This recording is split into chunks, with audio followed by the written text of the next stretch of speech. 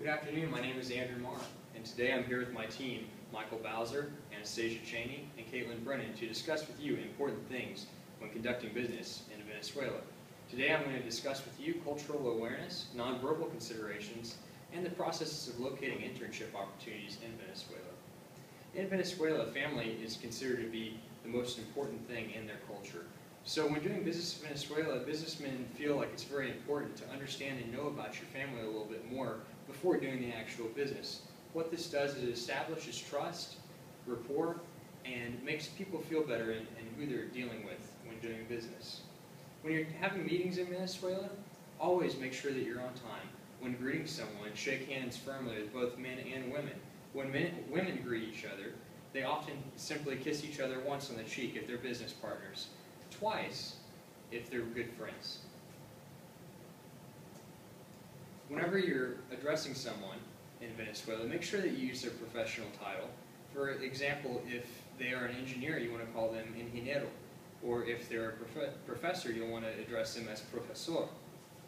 The older generation in Venezuela, whenever they're conducting business, they like to focus on that relationship, and they put business aside for later. So be prepared to conduct business in a way of where you're basically growing a friendship and not just getting down to business. The younger generation, on the other hand, are more driven and not so focused on that relationship. So don't be surprised if a younger person is more pushy and more assertive when doing business there.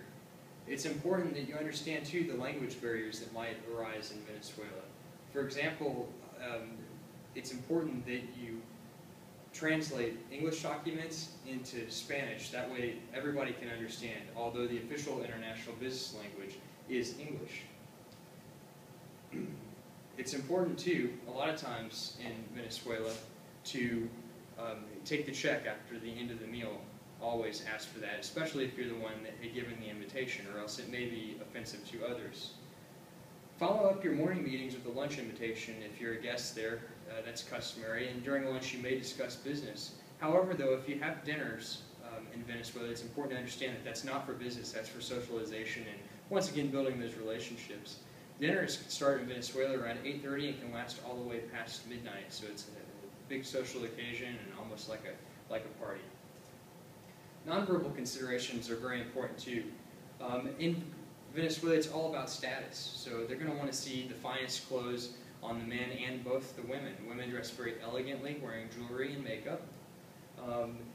They converse very closely with each other too, so if you're talking with somebody and they come in very close with you, make sure you don't back away because it may come off as offensive. Make sure you maintain eye contact with them so that you can show attentiveness.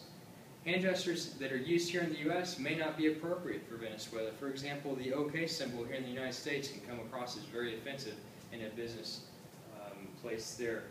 When locating internships in Venezuela, if you're interested in an internship opportunity, it's strongly encouraged that you take a look at the UNT Study Abroad office, also asic.org, and transitionsabroad.com. There are posted many opportunities. That information seems to be most accurate and updated. A lot of people try and use the internet, but it's best to use these resources here because, like I said, it's timely and accurate. All right, so when taking a look at the economy of Venezuela and the business that goes on there, the economy is rather slow right now at this point in time, but the petroleum industry is booming. So when looking into opportunities there, the greatest ones that you'll have are with oil service companies such as Halliburton and Baker Hughes. Those two companies right now currently offer internships in engineering, accounting, human resources, and information systems.